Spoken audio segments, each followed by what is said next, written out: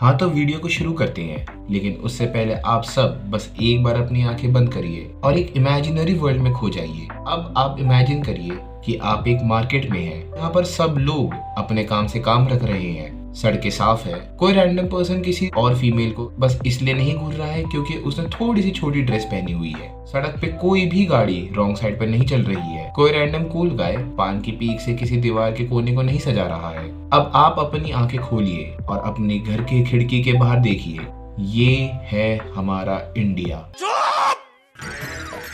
चुप हो जा सातवीं फेल, चुप। सॉरी माय बैड, लगता है मैं टाइम मशीन से थोड़ा 2000 साल पुराने भारत में पहुंच गया था, जब हमारे देश में सबको पता था कि सिविक सेंस किस चिड़िया का नाम है। यार आप कमाल की मार लो। People have no civic sense. Not even kidding. अगर आप भी इंडिया में रहते हैं तो इस बात की काफी अच्छी प्रोबेबिलिटी है कि आपने भी कभी ना कभी तो ये जरूर सोचा होगा कि ये जितने भी लोग गंदगी फैलाते रहते हैं, क्या ये अपने घर में भी इसी तरह रहते हैं? तो इसका जवाब है हाँ, क्योंकि इन लोगों में काफी बड़ा परसेंटेज अपने घर में भी इसी प्रकार रहता है और वो भी बड़े ही शान से रहते हैं गंदगी में, क्योंकि इन लोगों के लिए अब ये बहुत ज्यादा नॉर्मल हो गया है। और जो बाकी के लोग हैं उनमें भी कई सारे ऐसे लोग हैं जिन्हें उनके घर वालों ने शुरुआत से एक ही सीख दी है कि ये जितना भी कूड़ा कचरा है ये घर के बाहर फेंक के आया करो, घर गंदा मत करो। अगर हम most polluted cities on planet earth का डेटा देखेंगे तो हमें पता चलेगा कि हम लोगों ने गोल्ड जीतने के मामले में नीरज चोपड़ा को भी पीछे छोड़ दिया है, क्योंकि अगर हम सिर्फ टॉप 10 की बात करें तो उसमें हम लोग पूरी बहुमत के साथ 10 बार आते हैं। 10 के 10 सिटीज हमारी इंडिया की हैं, यानी कि It was perfect. Perfect. Everything, down to the last minute details. और इससे भी क्रेजी बात यह है कि अगर हम टॉप 50 की रैंकिंग देखें तो उसमें भी हम लोग 45 बार आ रहे हैं। हम लोग अपने देश में बैठकर पहले तो खुद कचरा फैलाते हैं, उसके बाद अगर कोई बाहर का व्यक्ति कुछ ऑनेस्ट रिएक्शन भी दे दे तो उसके कमेंट सेक्शन में जाके अपना भाईचारा ऑन टॉप भी उसी को दिखा देते हैं। अब ऐसा करने से उसे तो कोई फर्क नहीं पड़ता, लेकिन ग्लोबली हमारी बेइज्जती पूरी तरह से होती है। और क्योंकि हम लोग इन सब चीजों को ध्यान से नहीं लेते हैं तो लोगों के मन में हमारे प्रति अलग अलग स्टीरियोटाइप्स भी बन जाते हैं, जैसे कि India is an unsafe country, India में लोगों के पास सिविक सेंस नहीं है, इंडियन से स्मेल आती है, इंडियंस को कुछ बोलने की तमीज नहीं है, इंडिया वाले बात अच्छे से नहीं करते हैं। अब अगर हम लोग एयर क्वालिटी को भी थोड़ा साइड कर देते हैं, क्योंकि वो तो वैसे भी हमारी अगले 100 साल तक ठीक नहीं होने वाली है, और हम लोग देखते हैं विमेन सेफ्टी का डेटा, तो हम लोग को इस बात को सुन के बड़ी ही खुशी होनी चाहिए कि हमारा देश one of the safest countries में आता है when we talk about women safety. आज हम लोग इतना अपने आप को सेफ्टी महसूस कर रहे हैं कि हम लोग पुरुष के ऊपर हम लोग चढ़ के बात करते हैं, अबे तुम ऐसे हो। पर हम लोग इतना अपने आप को इतना सेफ्टी करते हैं कि हम लोग बेधड़क गाली बकते हैं, बेधड़क। अरे यार, शायद से लिस्ट ही उल्टी देख ली। मतलब जिस कंट्री में देवियों की पूजा करते हैं, लड़कियों को घर की लक्ष्मी बुलाया जाता है, वहीं पे लड़कियां सेफ नहीं है। मतलब ये कैसा लॉजिक हुआ? हिपोक्रेसी की भी सीमा होती है। वैसे तो India is known for its religious beliefs and cultures and all, but अभी कुछ समय पहले ही हम हिंदुओं का सबसे बड़ा पर्व यानी कि महाकुंभ आयोजित हुआ था, जिसमें रिकॉर्ड भी बना था most people in a single location का। अब महाकुंभ में करोड़ों लोग थे, जिनमें से कई सारे पूरे अच्छे मन अपने शांत स्वभाव से केवल इस पर्व को जीने आए थे। उन्होंने वो सब करा जो उन्हें करना चाहिए था, लेकिन इनके बीच आए थे कुछ ऐसे लोग जिन्होंने अपनी अलग ही संस्कृति दिखाई। गंगा मैया में डुबकी लगाते वक्त लड़कियों की फोटोज खींची, वो भी उनके बिना परमिशन के, और उसके बाद इन्हीं फोटोज को वायरल भी करने लग गए। मतलब आप गंगा मैया में डुबकी मारते हुए ये सब हरकतें कर रहे हो। अब देखो, सच्चाई तो ये है कि हमारे देश में अभी भी बहुत सारे फ्लॉज हैं। अब मैं अगर सबको इन डिटेल गिनने लग जाऊंगा तो मतलब दिन बीत जाएंगे, लेकिन शायद से शिकायतें ही खत्म नहीं होंगी। लेकिन सच्चाई तो ये भी है ना कि हम लोग इस देश में रहते हैं और देश बनता है वहां के लोगों से, तो यहाँ की सफाई रखना हमारी भी तो जिम्मेदारी बनती है ना। हम सरकार को कितनी भी गालियां दे दे कि भैया साफ सफाई क्यों नहीं है, क्यों यहाँ कोई काम ठीक से नहीं होता है, क्यों लड़कियां सेफ नहीं है, लेकिन ये कहीं ना कहीं हमारी जिम्मेदारी भी तो बनती है कि हम लोग इन सब का ठेका अपने सर भी ले। ये सारी गंदगी हम ही तो फैला रहे हैं।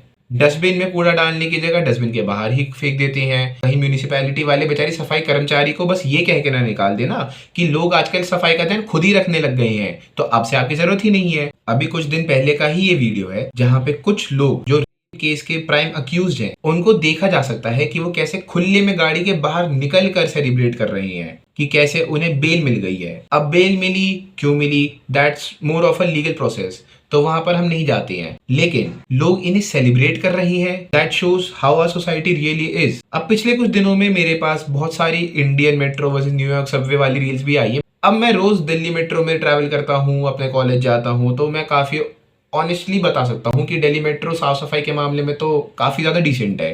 बट ये जो क्लीनलीनेस है, ये भी तो सिर्फ इसलिए है ना क्योंकि वहाँ साफ सफाई रेगुलर बेसिस पे होती रहती है। क्योंकि मैंने ये भी नोटिस करा है कि वहाँ पे जितने भी आपको बर्गर जॉइंट्स या फिर आपको जितने भी ये मोमोज वगैरह के ठेले वगैरह मिल जाएंगे या फिर शॉप्स वगैरह मिल जाएंगी, लोग वहां से अपना एडिबल्स खरीदते हैं, उसे खाते हैं और फिर जिसके रैपर हैं या फिर जो भी उसका सामान आता है फेंकने वाला, उसे या तो डस्टबिन के बाहर फेंक देंगे। बहुत लोग डस्टबिन के अंदर भी फेंकते हैं, बट बहुत सारे मैंने ऐसे देखे हैं जो कूड़ा सिर्फ डस्टबिन के बाहर फेंक देते हैं, ये सोचिए कोई ना कोई आगे साफ कर ही देगा। और अब जब मैं मेट्रो की बात कर ही रहा हूँ तो चेरी ऑन द केक को कैसे भूल सकता हूँ। मेट्रो में लाइव परफॉर्मेंसेस, मेट्रो में सच्चा प्यार, मेट्रो में छिड़ा महाभारत का युद्ध, इन सबको तो हम लोग दिखाना भूल ही जाते हैं जब हम लोग कंपैरिजन कर रहे होते हैं। अब देखो, सिविक सेंस का कंपैरिजन इज समथिंग जो मैं नहीं करना चाहता हूँ। मतलब अपने देश के किसी और से क्यों ही करूंगा ना मैं, क्योंकि एक तो मैं शर्मसार हो जाऊंगा और दूसरा मैं ये मानता हूं कि बिना कंपैरिजन करे भी हम लोग क्लीनलीनेस और सिविक सेंस को बढ़ा सकते हैं ना इस देश में।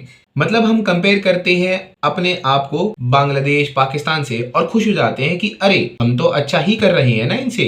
लेकिन व्हाट अबाउट जब हम कंपैरिजन करें चाइना, जापान या फिर हमारा बेस्ट फ्रेंड रशिया का अपने देश से। वहां पे कोई एलियंस थोड़ी रहते हैं जो उन्होंने इतनी ज्यादा क्लीनलीनेस मेंटेन कर रखी है, सेफ्टी के मामले में भी काफी अच्छा ही है वो देश। अब कुछ समय पहले बिहार का ये वीडियो आता है। The ground reality is Bihar is just people have no civic sense. Not even kidding. I mean, the people who want to travel from Bihar to Delhi, it is just they have zero civic sense. अब कई लोग यहाँ पर इस teacher की कमी भी निकाल रहे थे कि क्यों उन्होंने मतलब ऐसी बातें कही, वो एक टीचर है, उनका काम है सबको सिविक सेंस सिखाना।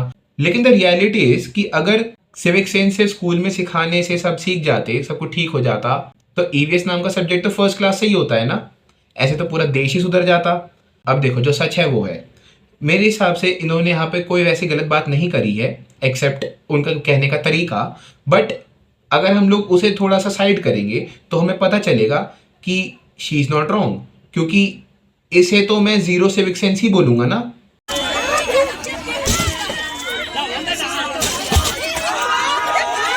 अब देखो, स्कूल में एक बच्चा सिर्फ कुछ घंटे ही रहता है जिसमें से वो ईवीएस और साइंस के जैसे सब्जेक्ट जिसमें सिविक सेंस और पोल्यूशन इन सब के बारे में सिखाया जाता है, वो उनकी क्लास में generally at max like 24 hours की क्लास होती है एक हफ्ते में, और बाकी का पूरा समय वो बच्चा स्कूल के बाहर होता है। तब वो देखता है अपने पेरेंट्स को, अपने एनवायरमेंट को, एंड उसके माइंड में भी ये बात आ जाती है कि जब ये लोग ऐसा कुछ कर रहे हैं और वो भी बहुत नॉर्मली कर रहे हैं, डे टू डे बेसिस पे कर रहे हैं, तो मेरे ऐसे करने से कोई पहाड़ थोड़ी टूट जाएगा।